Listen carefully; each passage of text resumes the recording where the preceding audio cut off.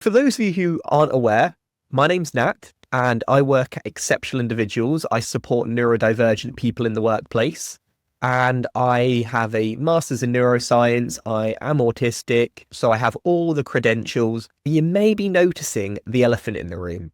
I am male. So just worth noting that I will be coming from a male perspective. It's not a one-for-one. But to be honest, I don't think that matter. The reason why is I've got all of you. I will be sharing facts and figures, and all of you, fingers crossed, will be sharing your own experience. Please use this as a collective, collaborative type of session, and not just purely on my say. Today, we are focusing on autism, but not just autism, autism in women. Why does it need its own webinar, you hear me? The main reason is it's underrepresented. When we talk about autism, we're typically talking about it from the male perspective, even if we aren't overtly saying it out loud. That's why I think it deserves its own time. As I said about me, I've got all these lovely credentials. I'm pretty certain I'll be able to share some good insights to all of you. But like I said, the bit that I'm not ticking the box for, that's over to you. Do check it out. I have been plugging this for the last few weeks now, but in case you aren't aware, I did a lovely little TEDx talk on neurodiversity. Let's get to it now. Autism in women. What is there to know? Quite a lot, actually, and quite a lot of stuff that hasn't been public knowledge and probably should do. I'm going to take a bit of a guess right here, and I'm probably going to guess most of you are probably women, and most of you are probably diagnosed in later life or currently not diagnosed. Yeah, how am I so good at mind reading? It's because statistically, that's what we're looking at. Ooh, how did you get onto a TED Talk? This is a lifelong dream of mine. It was a lifelong dream of mine as well. Essentially, you've just got to look. If you've got one in your local area, you're far more likely to get on it, but you can apply to anyone all over the place. It was just keeping engaged on their social media channels, to be honest. Okay, so the overview, what we will look at today is the prevalence. How big is this gap between diagnosed, undiagnosed, male and women? Also, FYI, I'm a bit clumsy with my gender terminology, so I often use male, man, female, woman interchangeably. Please don't take that as any personal or political views of mine. We're going to be looking at how common it is. We're going to be looking at neurological differences. So is there anything different going on under the hood? We're going to be looking at some social and cultural impacts, which arguably is way more substantial than the neurological aspect. We're going to be looking at unique challenges that women may face with autism that males may not face, personalized support strategies, and the importance of research, because honestly, we still don't really know as much as we should. If you aren't aware of the spiky profile, this is just essentially saying we have skills in different areas. Some people struggle in some areas, some people thrive in other areas. That is completely normal to be abnormal. While you could say you have autistic profiles, dyslexia profiles, the profile of autism is different in males and females. Males, for instance, might have an affinity for trains for some reason, and people think, oh, that's very autistic of them. Where females, on the other hand, may have an affinity for, say, fashion. And because that is societally expected, no one raises an eyebrow. While we have different interests, different ways of speaking, different ways of navigating the world, even if they are stereotypical, some go under the radar and others are like big flashing lights saying, hey, this person may need additional support or may have a different way of processing the world. How can I support my diagnosis when my family don't think I'm autistic? They all probably are too. It is hereditary, and I would say labels can be very powerful words. So if someone isn't recognizing that word, probably they feel that they have an understanding of autism. That understanding doesn't align with what they see in yourself, or they see it as a negative word that they do not want to have attributed to them. I would scrap the word altogether and just focus on the support strategies. What exactly is autism? ASD stands for Autistic Spectrum Disorder. In the DSM-5, Diagnostic Statistical Manual on Mental Health Disorders, they squashed them all together, and now essentially it's one diagnosis to rule them all. But in the US predominantly, you have three types of autism underneath that banner. Rather than being distinct types of autisms, they're more descriptions on the level of support that an individual is needed. Level 1 autism, you probably can get by okay. Level 2 autism, maybe a little bit more higher needs. And level 3 autism, substantial needs. In the UK, we use the ICD-11 and we don't have levels. We just have autism blanket term. There is no current difference within these manuals around gender, background. Every other factor is not taken into consideration. It's worth noting that while the definition of autism is normally around communication challenges, repetitive behavior, sensory sensitivities, it's not really taking everything into consideration. Be mindful of that. The definition that we have is autism is a developmental condition impacting communication, social interaction, and behavior. The way that the diagnostic manual classifies autism is via the dyad of impairments. Essentially, if you have social communication difficulties, either verbal or non-verbal, and repetitive behavior and sensitivities, if you have them together, that's basically what autism is. You might be thinking, that's incredibly broad. It is broad, and it's intentionally broad, because when it was too narrow, such as Asperger's, it was too limiting and a lot of people were not getting the support they needed. Now we've branched out a bit more to make sure that more people are caught for the right needs. But as I said before, at no point is gender referred to this, which we will see will become problematic as we go along today. Autism, it affects men and women, but it presents very differently in women due to social masking and diagnostic biases.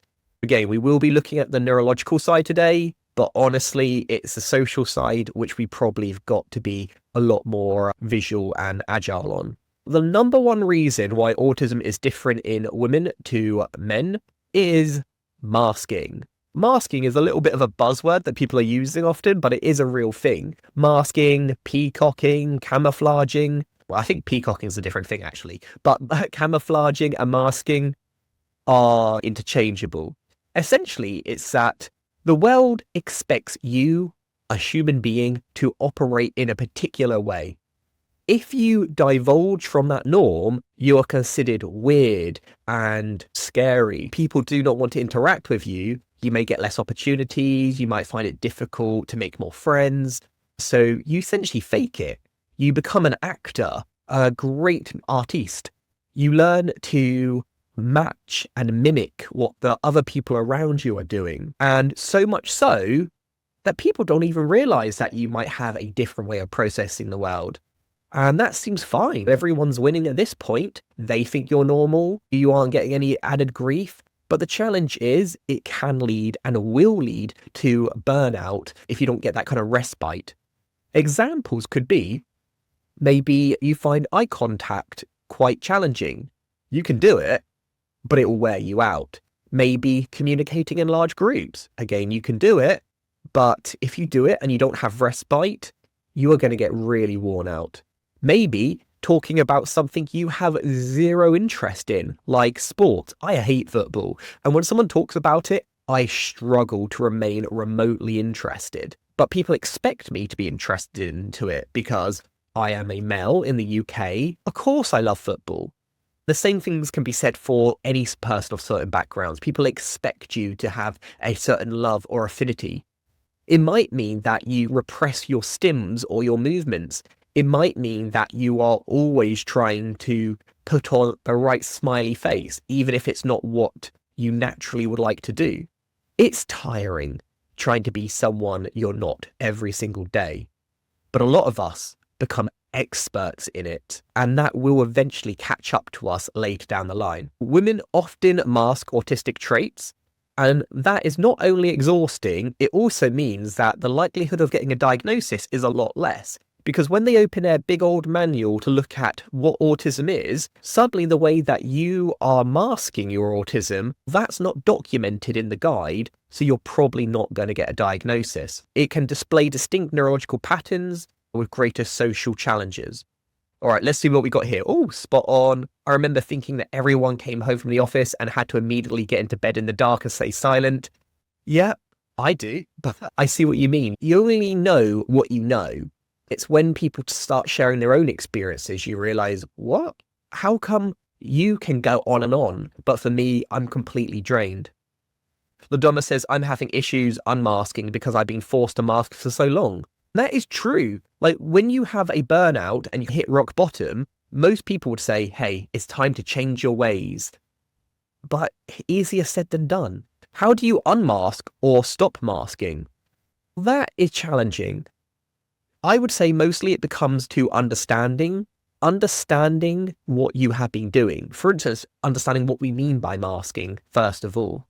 Once we have a good understanding of it, we can start being more socially aware.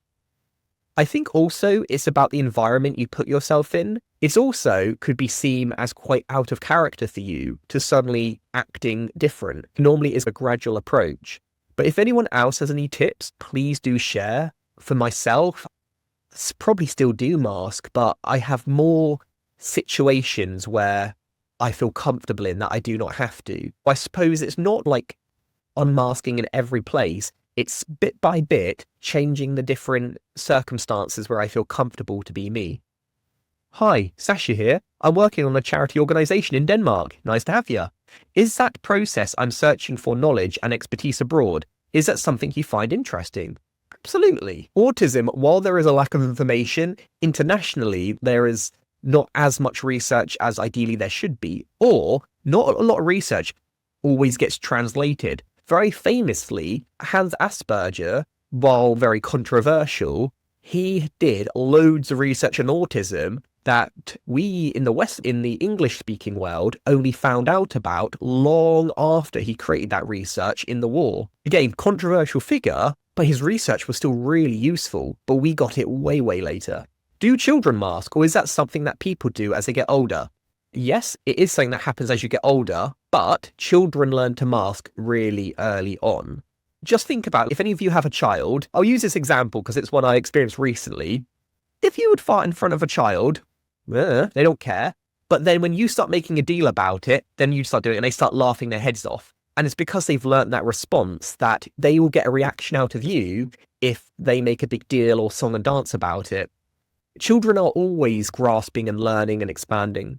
Some terms that I want to make sure we're all aware of is social masking, that is concealing those autistic traits, camouflaging, adapting to fit the perceived norm, hormonal influences, which can impact hormones that do have an impact on autism, self-esteem issues. Unfortunately, some of the biggest challenges with autism comes with self-esteem, social pressures, the pressure to act a certain way and to behave normal or professional, neurological differences. That is just having different ways of putting patterns together. Diagnostic challenges. This might be different things in day-to-day life and support. I like to show the autism iceberg.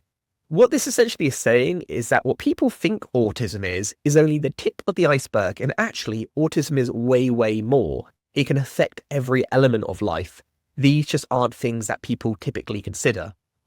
I wonder whether anyone heard of autism and ADHD traits getting worse in pre-menopausal. My traits have definitely magnified over the past year into pre-menopause. Do you know what? Interesting you should say that. Yes, it does get, I don't know worse is the right word, but it does become more noticeable because the masking kind of diminishes, to be honest with you. What is social autism? Not a term I've overly heard about, but it sounds like it's when the way you act is more autism focused. Let's have a little look at prevalence and diagnosis. We're going to look at both kind of manuals. My first question to all of you is, do you personally have autism? Yes or no? Just for this exercise, let's say yes if you definitely have autism or you know for a fact, rather than might do. We're looking at about 1 in 100 for autism. However, that stat doesn't referring to both male and women, where the stats would probably be quite different if we're splitting gender into consideration. That's quite interesting. I thought we'd probably have more people with autism today. But then again, maybe a lot of you are undiagnosed. What is your sex? The gender you were assigned to at birth, male or female? Unsurprisingly, most people are going to be female today, because we tend to reach out for subjects that we personally resonate with. Yeah, okay, quite an interesting balance. A question to all of you. Autism is diagnosed 3 times more often in males and females. Why is this? We've already said some of the reasons, but are there others? Are there more reasons that meet the eye? Again, we're looking at all reasons here. They could be environmental, societal, genetic, you name it. All right, we've got masking, diagnosed with other conditions. Yes, co-occurring conditions. Some things can mask the autistic traits. Typically, doctors will try and rule out autism by looking at all the other potential conditions it could be beforehand. Stigma. For instance, women may not want to have autism because it's not seen as a traditionally womanly thing to have, maybe. It was based on research focused on boys. Absolutely. The OG research was very male orientated, or should I say completely male orientated. Society infantilizes men are more rapidly available to help they need, healthcare barriers and inequality, more research on boys, women have to just crack on. It's based on past medical research being based on boys. Yep. I definitely think masking. Yep. Stereotypical views. Oh God, it's exhausting just to read all of these, let alone to have to deal with any of these. The number one reason is boys are naughty. By the way, last time I brought this up in a webinar, someone complained, but it is a joke, by the way, so take it as such. But quite honestly, in schools, when you are most likely to get diagnosed with autism, typically around 3 or 4, boys are more likely to be more outwardly autistic. Rather than mask, they will demonstrate their true, authentic self. That's because males have been conditioned that it's okay to be all that they are. Where women, or let's say girls in this instance, are conditioned very early on that they need to behave and act a certain way. They are more likely to stay quiet in class. If you're a teacher, you are going to notice if someone is acting up, and such you will get them help. But if you are a girl and you are staying quiet and just doing your work, even if you are struggling, you're probably not going to get the help. It is tough out there. Of course, this is somewhat stereotypical because we are all different, but it is also very common. The DSM-5, this again is the manual that they use predominantly in the US and in other parts of the world. The one they use in the UK, the ICD, they're very similar, to be honest. They're not too different. But it is useful to see how autism has changed over time. As some of you rightly stated, autism was based on research done on boys. Originally, back in the 50s, it was essentially schizophrenia, but schizophrenia that was just for children. Then it wasn't until the 80s where we're like, whoa, autism is its own thing, but it's only for children. While it was only for children, being a girl and having autism wasn't overly a thing. And then eventually it progresses. In the 90s, people became more aware that doesn't matter what gender you are, everyone can have autism. Doesn't matter what age you are, everyone can have autism. It's only since 2013 where we decided that autism isn't like particular categories, it's more of a spectrum. And that's why it's much broader than it has ever been before. You can see as time goes on, we start to define it more narrowly, and then we start to broaden it out again. I would probably say that the next rendition of these manuals hopefully are more neurological based rather than psychology. Rather than being more observational, they're more like studies of the brain, and they would take into additional factors such as where you're born, where you live, your upbringing, your gender. It takes more of an intersectionality view. You let me know if you think that would help. What about some brain differences? We know now that society, man, always biasing us. But what about actual differences? This is where we can have a look. Do any of you know of any key differences between male and female? This could just be in general. It doesn't have to be purely related to autism. But in order to see how autism may genetically and physically be different in females and males, we probably need to start looking at areas which predominantly or solely affect women. Some of you have already mentioned menopause. That's definitely something which has an impact on women and not males. As such, there's less research. Hormones, yes, we've got different hormones, genes, education, emotional regulation. Yeah, any other things? Women's brains are believed to be smaller than men's brains, but work more effectively. There has been some research on that.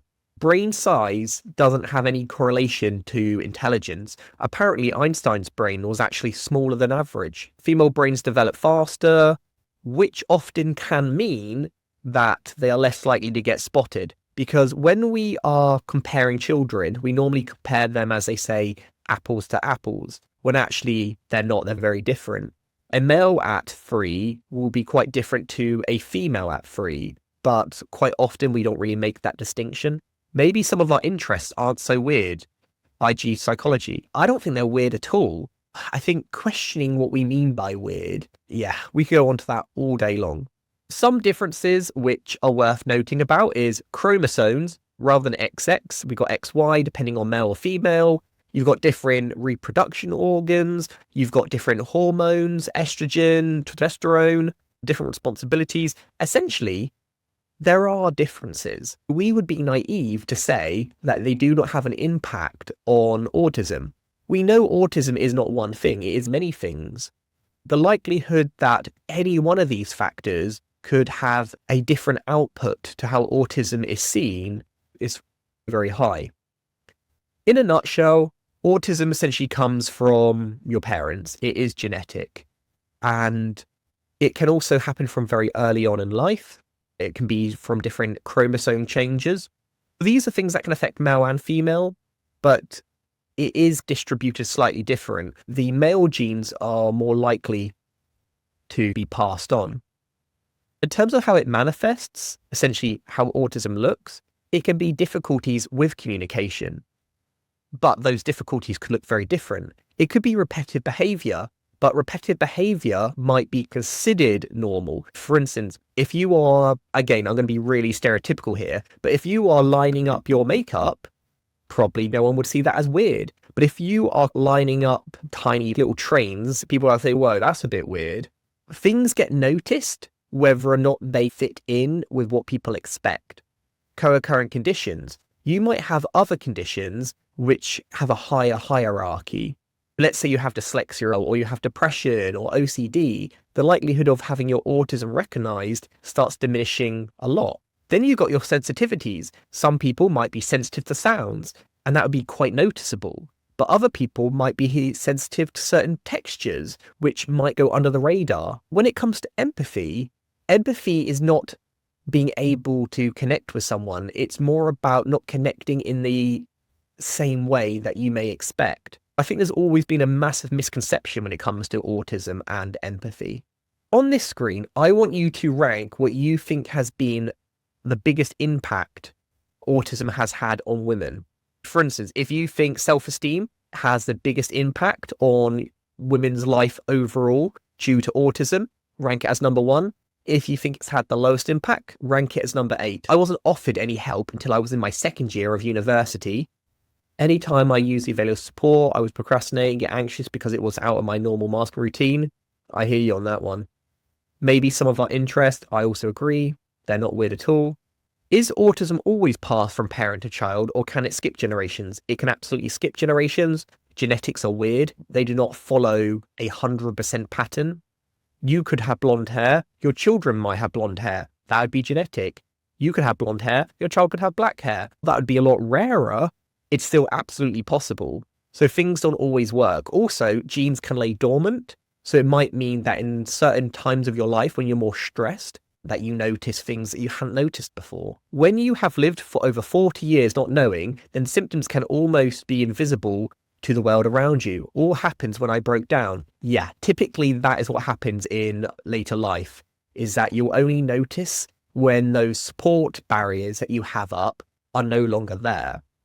It takes additional energy to mask, and that's normally fine. But if you are breaking down, those barriers start shattering. Societal pressures, I want to say nice, but not really. Yep, has the biggest impact. Diagnostical challenges, actually getting diagnosed. Masking compensation. Self-esteem. social communication, hormones, tailored support, and neurological differences. I think you're absolutely right on that one. This would have the lowest, but you will notice that the ones that have scored highest are typically the ones that as a society we can change. But will we? There is definitely signs of progress. We will be looking at that, but we aren't quite there yet. We've got Sarah says, I'm 62 and have recently had a diagnosis. The symptoms have always been there, but it is working with people with autism that caused me to seek a diagnosis.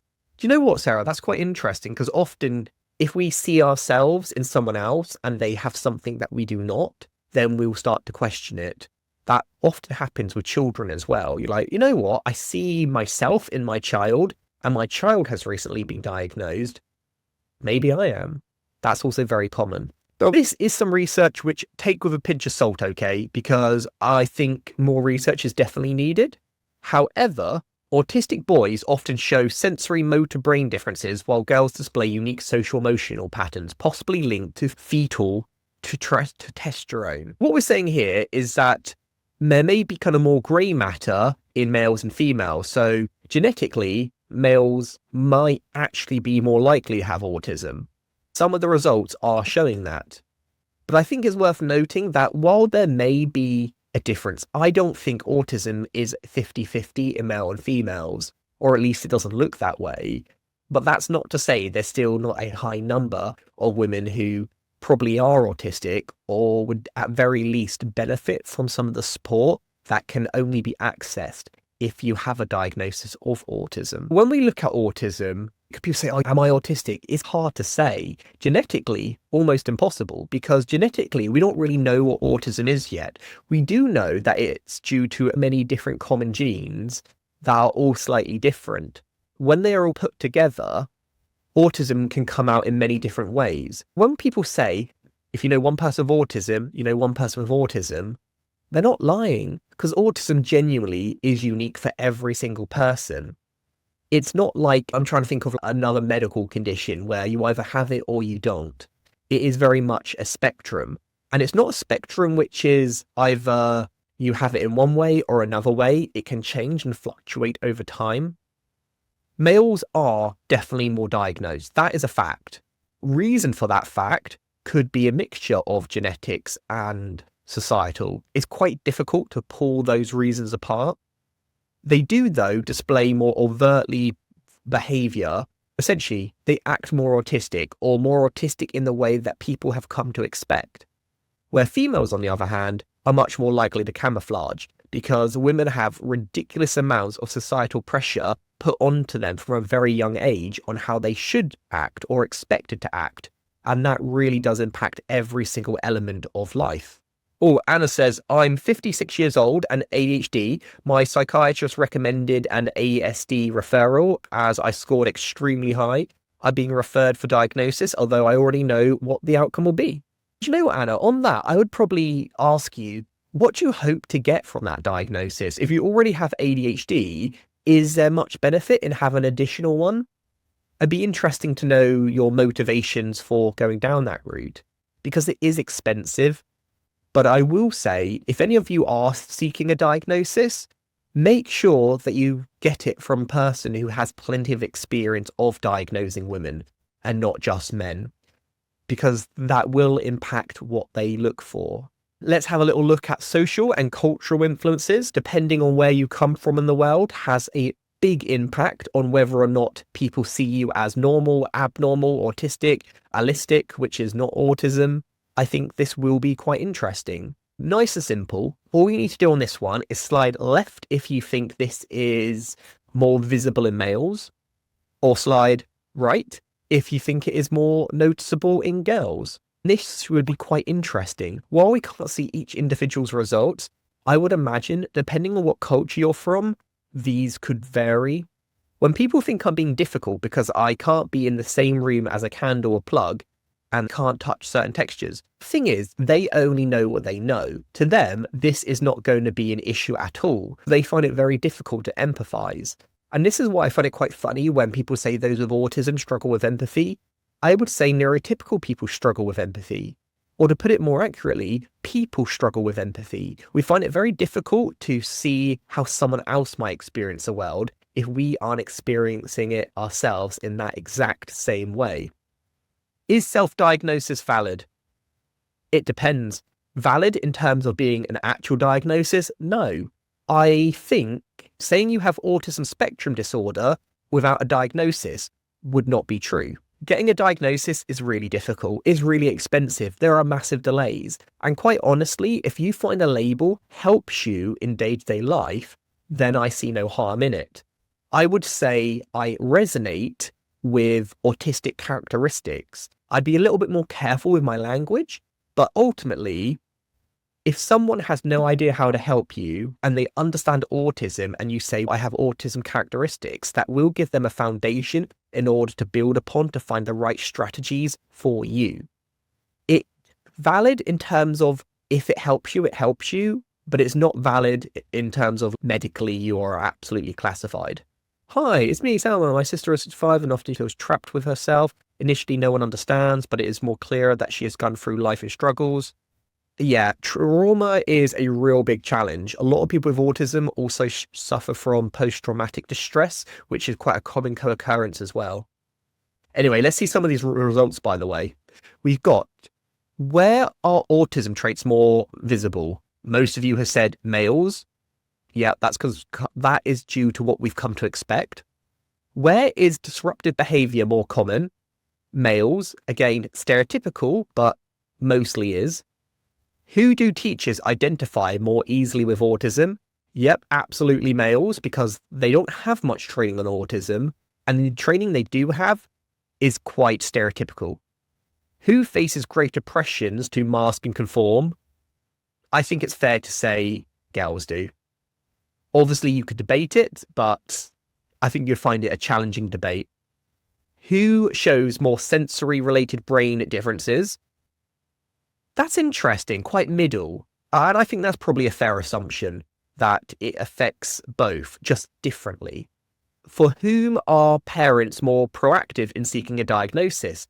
Boys. It's the exact same reason that teachers are also, because if someone is being challenging, you're more likely to seek support than someone being more introverted, even if they could still benefit from support. While autism is not curable, and probably shouldn't be cured because it's beneficial in the grand scheme of things, it has been proven that support strategies early on can have a massive impact on someone's kind of overall progression in life.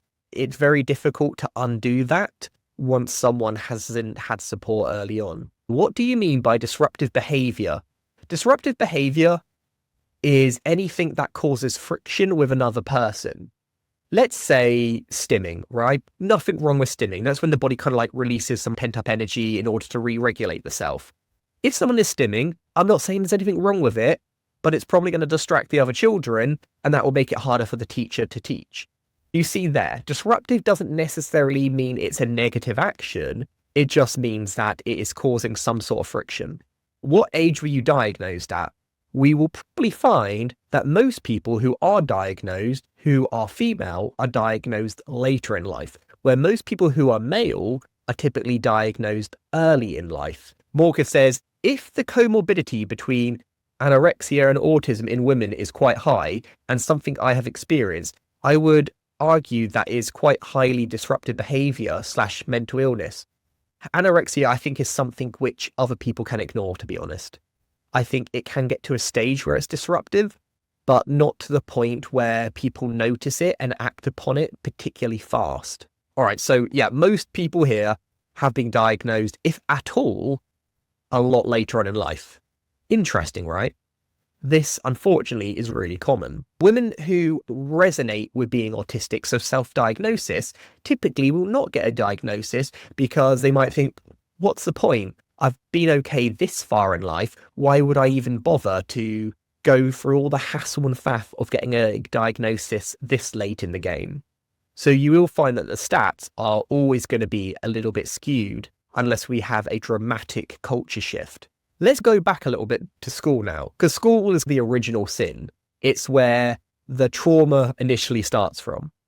To understand why school is challenging, it's worth noting that The cognitive styles in terms of how our brain naturally processes is quite different.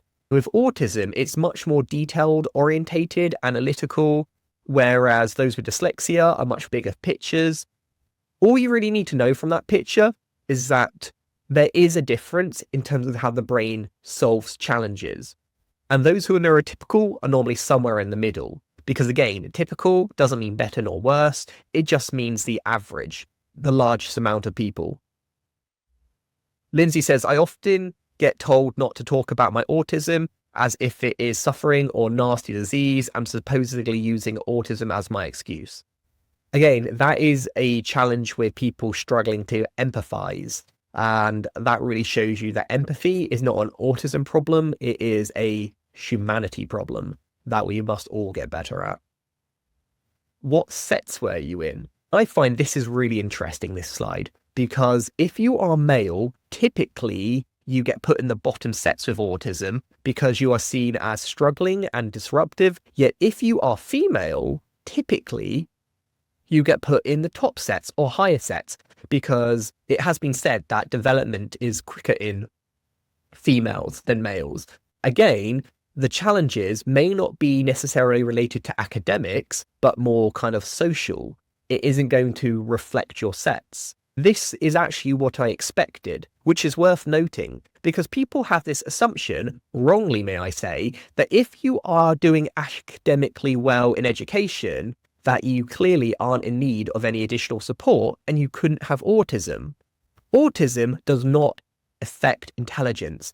It affects how you process the world around you. So you can be absolutely gifted and smart in many areas and still have autism and would still benefit from support. While this is purely anecdotal, I have noticed from the people I support is that we work with a large percentage of very educated, intelligent, autistic women who unfortunately are unable to find employment. They struggle with work.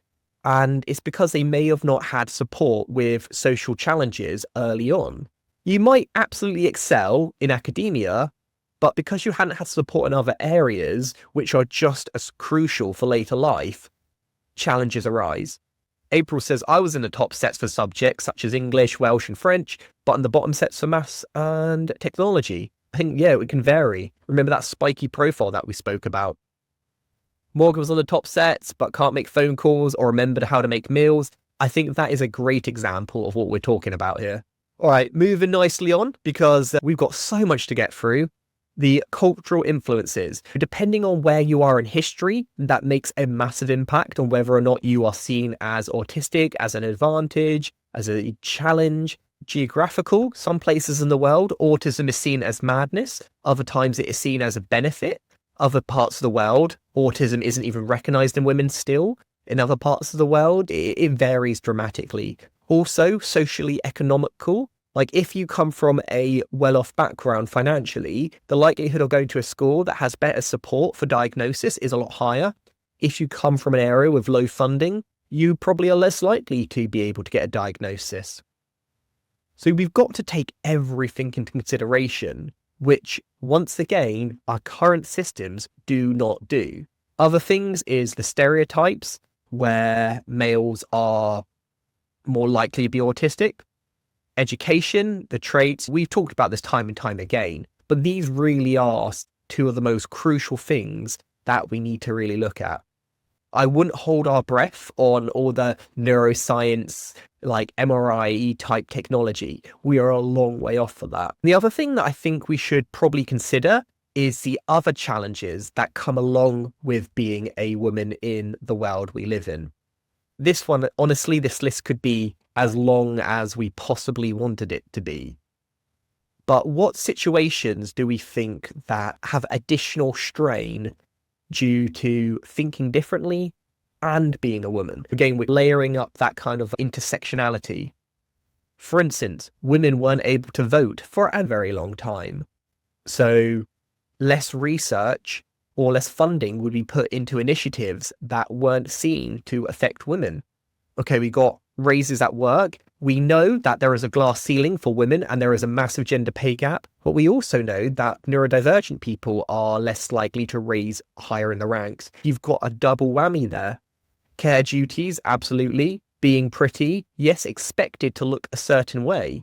While this is just, again, an observation and prove me wrong, I find autistic people, because they have more particular interests, their interests will not always align with other people's interests. Let's say a conventional interest is all looking pretty and doing your hair up.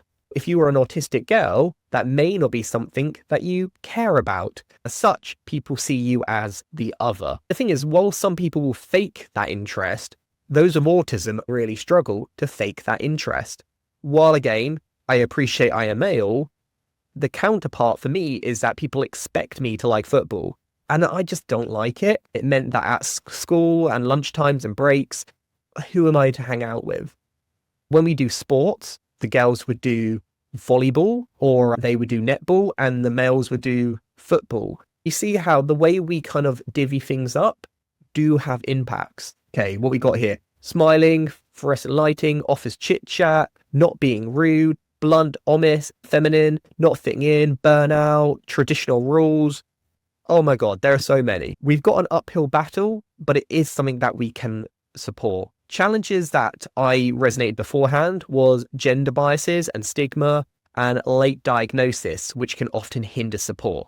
Remember, a diagnosis doesn't stop you from being autistic. You either are or you aren't, or you're somewhere on the spectrum, but it's the support you get early on. I would encourage any of you who are thinking about a diagnosis is if you think it would help you gain support, absolutely is beneficial.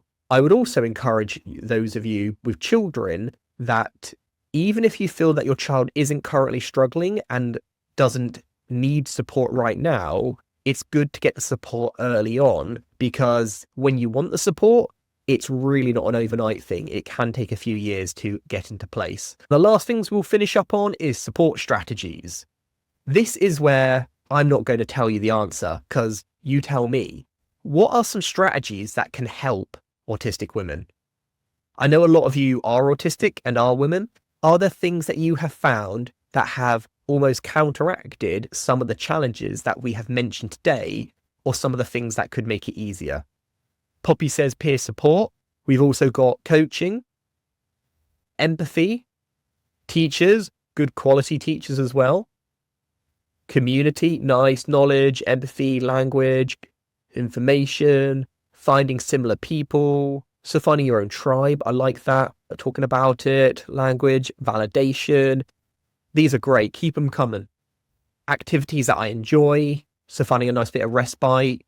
And if I was to make a bit of a summary of these points, I would say a lot of these are to help with decompression, to help dismantle the stress of day-to-day life that it brings to the table.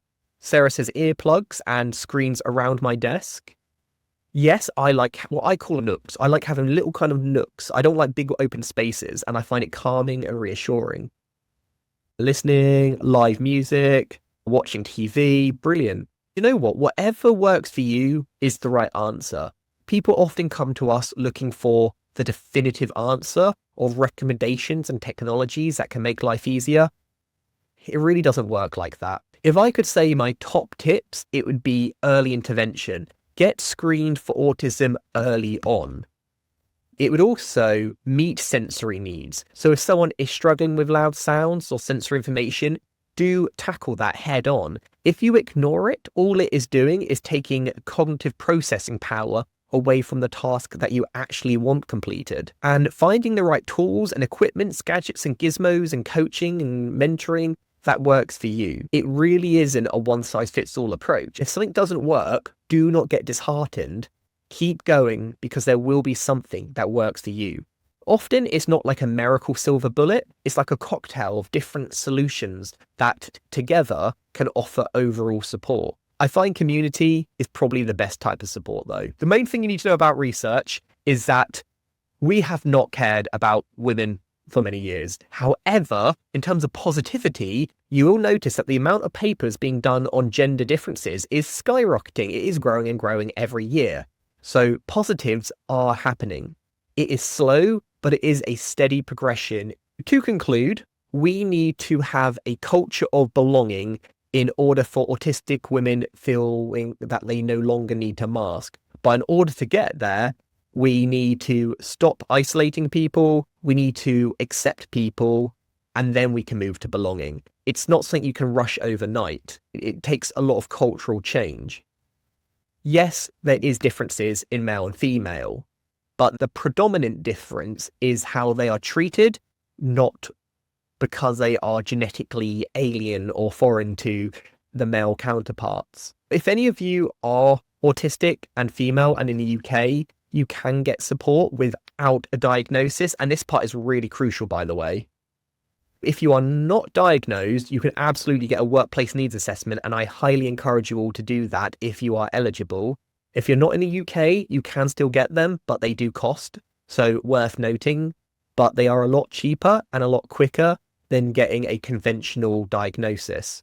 Something to consider if you feel that you would benefit from support, but you don't want to go through the whole process of getting a diagnosis. Can I get one even if I'm self-employed? Yes, you can, Verity. You absolutely can. As long as you have a business plan or you have been making over £6,000 a year. Most importantly, do check out my talk. If you enjoyed today and you gained something from it, the nice way to say thank you is to just give it a like or drop it a comment. Here's the contact details if you do want to contact us or reach out anytime in the future. I hope you found today useful and interesting, and thank you so much for sharing your own lived experience with me. I've absolutely loved having a great audience. Do sign up to future webinars because we have plenty of them lined up in the future. Thanks everyone for the lovely comments as always. Bye everyone, and I will catch you next week, hopefully.